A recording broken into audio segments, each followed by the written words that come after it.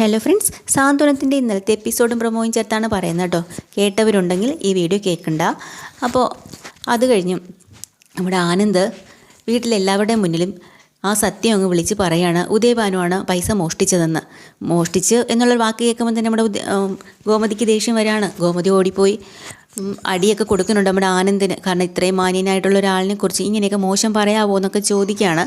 അത് കഴിഞ്ഞ് നമ്മുടെ ദേവിയെ എല്ലാവരും കൂടെ അങ്ങ് സപ്പോർട്ട് ചെയ്യുകയും ചെയ്യുകയാണ്. ആനന്ദ് ഇങ്ങനെ പറയുന്നത് നിനക്ക് വിവരമില്ലായ്മ ഉണ്ടാണോ, നീ കള്ള് കുടിച്ചിട്ടാണോടാ ഇങ്ങനെയൊക്കെ പറയണത്, നിനക്ക് ബോധമില്ലേ എന്നൊക്കെ ബാലനും ചോദിക്കുകയാണല്ലോ. അന്നേരം എല്ലാവരും ദേവി അങ്ങോട്ട് സപ്പോർട്ട് ചെയ്യുകയാണ്. ആ സമയം തെളിവുണ്ടോ എന്ന് ചോദിക്കണം കേട്ടോ. അങ്ങനെ മോഷ്ടിച്ചിട്ടുണ്ടെങ്കിൽ അന്നേരം നമ്മുടെ ആനന്ദ് പറയുന്നുണ്ട് എൻ്റെ കയ്യിൽ തെളിവുണ്ട്, പക്ഷേ അത് ഞാൻ നിങ്ങളെ കാണിക്കില്ല, കാരണം അത് കണ്ടു കഴിഞ്ഞാൽ നിങ്ങളാകെ തകർന്നു പോകും. അപ്പം ബാലനൊരു സംശയം, അങ്ങനെയാണെങ്കിൽ നമ്മളുമായിട്ട് ഏറ്റവും അടുത്തിട്ടുള്ള ആരെങ്കിലും ആയിരിക്കുമല്ലോ അത് ചെയ്തിരിക്കുന്നത്, അപ്പോൾ അതുമായിരിക്കുമല്ലോ നമുക്ക് ഇത്ര വിഷമമെന്ന് പറയാനായിട്ട്. എന്തായാലും കുഴപ്പമില്ല, ഞങ്ങൾ സഹിച്ചോളാം, ആളാരാന്ന് അറിയണമല്ലോ, നീ കാര്യം പറ മോനെ എന്ന് പറയാം. അവസാനം എല്ലാവരും കൂടെ നിർബന്ധിക്കുമ്പോൾ തന്നെ നമ്മുടെ ആനന്ദ് പൊട്ടി തകർന്നു പോവുകയാണ്. അച്ഛനോട് പറയാനായിട്ട് എനിക്കൊന്നും പറയാൻ പറ്റില്ല, കുറച്ച് ദിവസമായിട്ട് എൻ്റെ മനസ്സിൽ ഞാൻ അത്രയും സങ്കടം ഉള്ളിൽ കൊണ്ട് നടക്കുകയാണ്. നേരെ ആഹാരം കഴിക്കാൻ പറ്റുന്നില്ല, ഉണ്ണാൻ പറ്റുന്നില്ല, ഉറങ്ങാൻ പറ്റുന്നില്ല. നിങ്ങൾക്കൊക്കെ അറിയോ ഞാൻ എത്രമാത്രം സങ്കടം ഭാരിച്ചൊരു സങ്കടം കൊണ്ടാണ് നടക്കണതെന്ന് എന്നും പറഞ്ഞ് പൊട്ടിക്കരയുമ്പോൾ ബാലനും ഗോമതിയും കൂടെ വന്ന് നമ്മുടെ ആനന്ദിനോട് ചോദിക്കുന്നുണ്ട്, മക്കളെ ഇത്രയും വിഷമം നിൻ്റെ മനസ്സിലിരുന്നിട്ട് നീ എന്താ പുറത്ത് പറയാത്ത, നിനക്ക് എന്താണ് ഇത്രമാത്രം സഹിക്കാനാവാത്ത വിഷമം, തുറന്ന് പറഞ്ഞുകൂടെ എന്നൊക്കെ ചോദിക്കുകയാണ്. അപ്പം ഞാനങ്ങനെ തുറന്ന് പറഞ്ഞു കഴിഞ്ഞാൽ എൻ്റെ അച്ഛനും കൂടെ അതിൽ കുറ്റക്കാരനായി പോവുമല്ലോ എന്ന് പേടിച്ചിട്ടാണ്.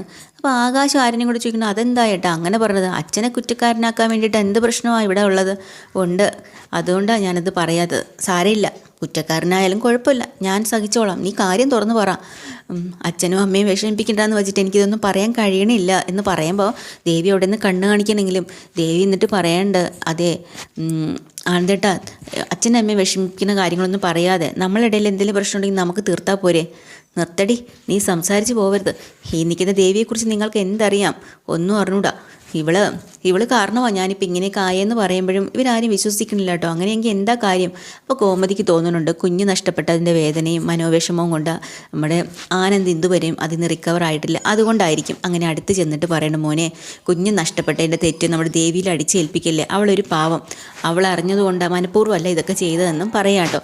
പക്ഷേ വീണ്ടും എല്ലാവരും ദേവിക്ക് സപ്പോർട്ട് കൊടുക്കുന്നത് കാണുമ്പോൾ ആനന്ദ് പറയുന്നുണ്ട്, അതൊന്നും അല്ല കാര്യം, ഏറെ കാര്യമാണ്, എനിക്കത് പറഞ്ഞേ പറ്റത്തുള്ളൂ.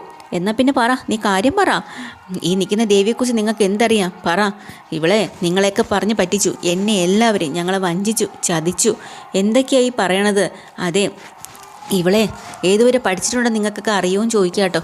അതെന്താ നീ അങ്ങനെ പറയണം, പറ മിത്ര, പറ മീനാക്ഷി, പറ നിങ്ങളുടെയൊക്കെ പൊന്നെ ഏട്ടത്തിയല്ലേ അനുമോളെ, നിൻ്റെ വലിയ സ്നേഹത്തോടെയുള്ള ഏട്ടത്തിയല്ലേ, അനിയന്മാരെയൊക്കെ പറ ഏതുവരെ പഠിച്ചിട്ടുണ്ടെന്ന്. മീനാക്ഷി പറഞ്ഞിട്ടുണ്ട് MA ലിറ്ററേച്ചർ അല്ലേ, കുന്തം MA ലിറ്ററേച്ചർ, ഇവളെ വെറും 10ാം ക്ലാസ്, എന്തൊക്കെയാടാ നീ പറയുന്നത്. അതെ ഇതൊക്കെ കേട്ട് ദേവി പേടിച്ച് നിൽക്കണുണ്ടല്ലോ. അങ്ങനെ ആനന്ദ് അവിടെ നിന്ന് ആ സത്യമെല്ലാം വിളിച്ച് പറയാൻ തുടങ്ങിയിട്ടോ. ഇവളെ കുടുംബവും ഭയങ്കര ഫ്രോഡ് കേസുകളാണ്, ഞങ്ങളെ ചതിക്കുക ചെയ്തത്, എന്തൊക്കെ ഉദ്ദേശിച്ചിട്ടാണ് നീ അങ്ങനെ പറയണമെന്ന് വീണ്ടും ചോദിക്കുന്നുണ്ട് അവിടെ ആനന്ദിനോട് കേട്ടോ. എല്ലാവരും നമ്മുടെ ആകാശം ആര്യനൊക്കെ വഴക്കം പറഞ്ഞു, ഏട്ടൻ എന്തിനാ ഏട്ടത്തിൻ്റെ കുടുംബത്തെക്കുറിച്ച് ഇങ്ങനെയൊക്കെ പറഞ്ഞത്, ഇതാണടാ സത്യം, അച്ഛൻ കല്യാണ സമയത്ത് എന്തെങ്കിലും നമ്മൾ അന്വേഷിച്ചിരുന്നോ എന്ന് ചോദിക്കുന്നുണ്ട്. അപ്പം ആര്യനും ആകാശം പറഞ്ഞിട്ട് ഞങ്ങൾ മാമനുമായിട്ട് പോയി അന്വേഷിച്ചു, ആര്യൻ അന്ന് സംശയം ഉള്ളതുകൊണ്ടാണ് ഞങ്ങളത് അന്വേഷിച്ചത്, പക്ഷേ നല്ല അഭിപ്രായം ആയിരുന്നല്ലോ എന്ന്. എന്നാൽ ഉദയഭാനു എന്ന് പറയുന്ന ആളിനോട് തന്നെയായിരിക്കും നിങ്ങൾ പോയി അന്വേഷിച്ചത്, അതുകൊണ്ടാണ് നിങ്ങളങ്ങനെ അറിഞ്ഞത്. അങ്ങേരി വേഷം മാറി നടക്കുന്നത്, അങ്ങേരി വിഗും വെച്ച് വെള്ള ഷർട്ടും വെള്ള മുണ്ടും ഒക്കെ ഉടുത്ത് നടക്കുന്നു, ഭാര്യയും കെട്ടി ചമഞ്ഞ് ഒരുങ്ങി നടക്കുന്നു, ആളുകളെ പറ്റിച്ചാണ് പൈസ ഉണ്ടാക്കുന്നത്, ലോക ഫ്രോഡും കള്ളനുമാണ് അയാളുടെ മകളായി നിൽക്കുന്ന ദേവി, അറിയോ.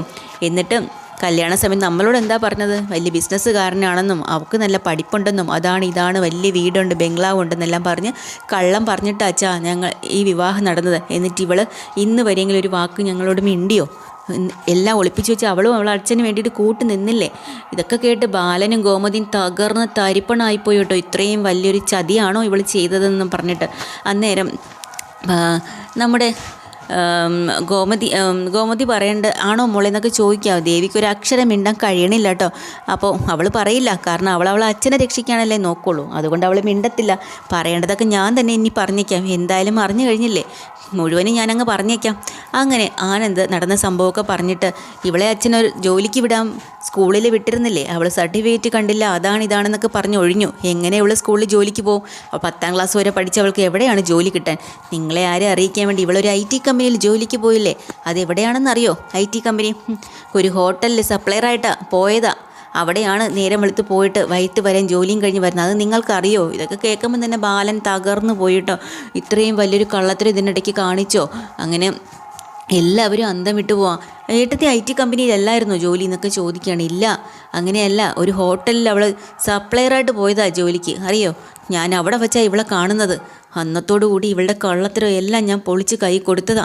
അന്ന് ഞാൻ വീട്ടിൽ വന്ന് എല്ലാവരോടും തുറന്നു പറഞ്ഞെന്ന് ഞാൻ വിചാരിച്ചതാണ്. പക്ഷേ എൻ്റെ അച്ഛൻ തകർന്നു പോവും. കാരണം അച്ഛനാണല്ലോ ഈ ബന്ധം കൊണ്ടുവന്നത്. അച്ഛൻ അബദ്ധം പറ്റിയെന്ന് തോന്നിക്കഴിഞ്ഞാൽ മനസ്സ് തകർന്നു പോവില്ലേ? അതുകൊണ്ട് ഞാൻ പറയാതിരുന്നതാ. പിന്നെ ഇവളെ ഞാൻ കുറച്ച് ദിവസം ഇവിടുന്ന് വീട്ടിൽ കൊണ്ടാക്കിയിരുന്നല്ലോ. അത് കഴിഞ്ഞാണ് ഇവൾക്ക് വയറ്റിലൊരു കുഞ്ഞുണ്ടെന്നും പറഞ്ഞ് അറിയിച്ചതും ഞാൻ പിന്നെ പോയി ക്ഷമ കൊടുത്ത് തിരിച്ച് വിളിച്ച് വന്നതും.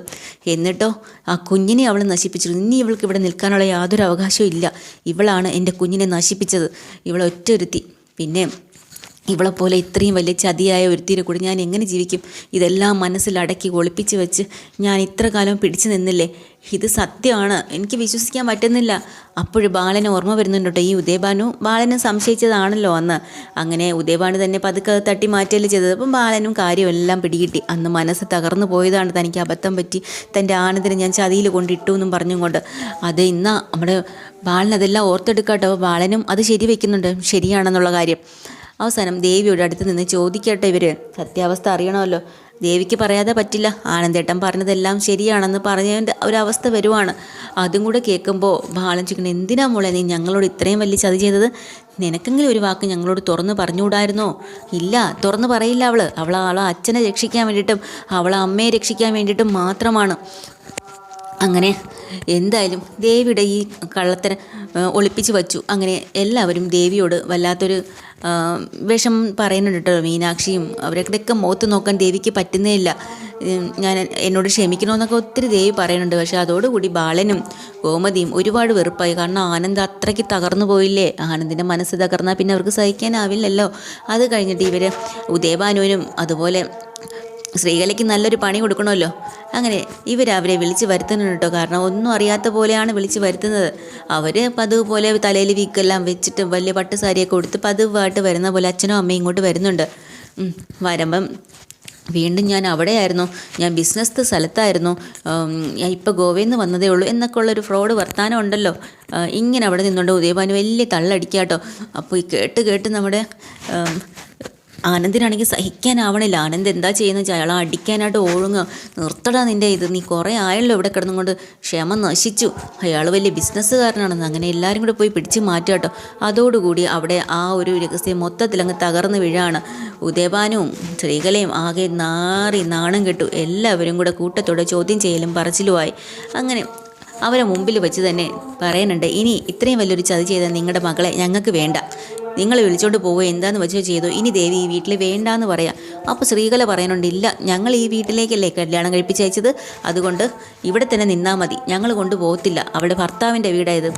അത് ശരി. അപ്പോൾ ബാലൻ്റെ അഭിപ്രായം ചോദിക്കണമല്ലോ. ബാലനും പറയുന്നുണ്ട്, ഇത്രയും വലിയ ചതി എല്ലാം മറച്ചു വെച്ചു, അച്ഛന് വേണ്ടി നീ കൂട്ടുനിന്നല്ലേ, ഒരു വാക്ക് നിനക്ക് ഞങ്ങളോട് സത്യം തുറന്ന് പറയായിരുന്നു, പക്ഷെ നീ അത് പറഞ്ഞില്ല, ഇത്രയൊക്കെ ഒപ്പിച്ചു വെച്ചു, ഇനി ഈ വീട്ടിൽ ദേവി വേണ്ട, ദേവിക്ക് ഇവിടുന്ന് ഇറങ്ങാം.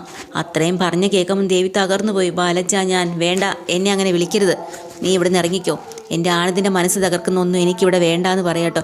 പക്ഷേ ഒരു വിധത്തിൽ നമ്മളെ ശ്രീകലയും ഉദയഭാനും കൊണ്ടുപോകില്ലെന്ന് വാശിയിലാണ്. ആഹാ, അങ്ങനെയാണെങ്കിൽ ഒരു കാര്യം, ഞങ്ങൾ അവളെ ഇറക്കി വിട്ടേക്കാം. അങ്ങനെ ഗോമതി ചെന്ന് നമ്മുടെ ദേവിയുടെ കൈ പിടിച്ച് വലിച്ച് മുറ്റത്തേക്ക് വലിച്ചൊരു തള്ളു കൊടുത്തിട്ട് ഡോറ് വലിച്ചങ്ങോട്ട് അടയ്ക്കണം കേട്ടോ. അതോടുകൂടി വലിച്ച് പുറത്ത് അവളെ തള്ളി വിട്ടിട്ടുണ്ട് നമ്മുടെ ദേവീനെ. അപ്പോൾ തൊട്ട് പിറകെ അച്ഛനും അമ്മയും വന്നിട്ടുണ്ടല്ലോ. ഉദയഭാനും ശ്രീകലയും കൂടെ പുറത്ത് നിന്ന് കുറേ തട്ടുന്നുണ്ട് കേട്ടോ, ഡോറ് തുറക്കുന്നൊക്കെ പറഞ്ഞു. അമ്മേ എന്നോട് ക്ഷമിക്കുക അമ്മയെന്നും പറഞ്ഞുകൊണ്ട് ദേവിയും അങ്ങനെയൊക്കെ ചെയ്യുന്നുണ്ട്. പക്ഷേ ഇവരെല്ലാവരും മനസ്സ് പൊട്ടി തകർന്നകത്ത് നിൽക്കുകയാണ്. വാതിൽ തുറന്നു കൊടുക്കണില്ല. അവസാനം അച്ഛൻ്റെ അമ്മേരെയും കൈ പിടിച്ച് ദേവി സ്വന്തം വീട്ടിലേക്ക് തിരിച്ച് പോവാണ് കേട്ടോ. പക്ഷേ സ്ത്രീകൾ അടങ്ങിയിരിക്കുമോ? ഇതിന് കേസ് കൊടുക്കണം, അങ്ങനെ വിട്ടുകൊടുത്താൽ പറ്റത്തില്ലല്ലോ, ഇങ്ങനെ മുന്നോട്ട് പോയാൽ പറ്റില്ല, അവിടെ തന്നെ ഞാൻ നിന്നെ തിരിച്ചെത്തിക്കും എന്നൊക്കെ ഇങ്ങനെ പറഞ്ഞു കൊണ്ടുപോവാണ്. ഇതാണ് എപ്പിസോഡ്. ഡീറ്റെയിൽഡ് എപ്പിസോഡുമായിട്ട് വീണ്ടും വരാം. ചാനൽ ഇഷ്ടമായി ലൈക്ക് ചെയ്യുക, സബ്സ്ക്രൈബ് ചെയ്യുക. Thank you.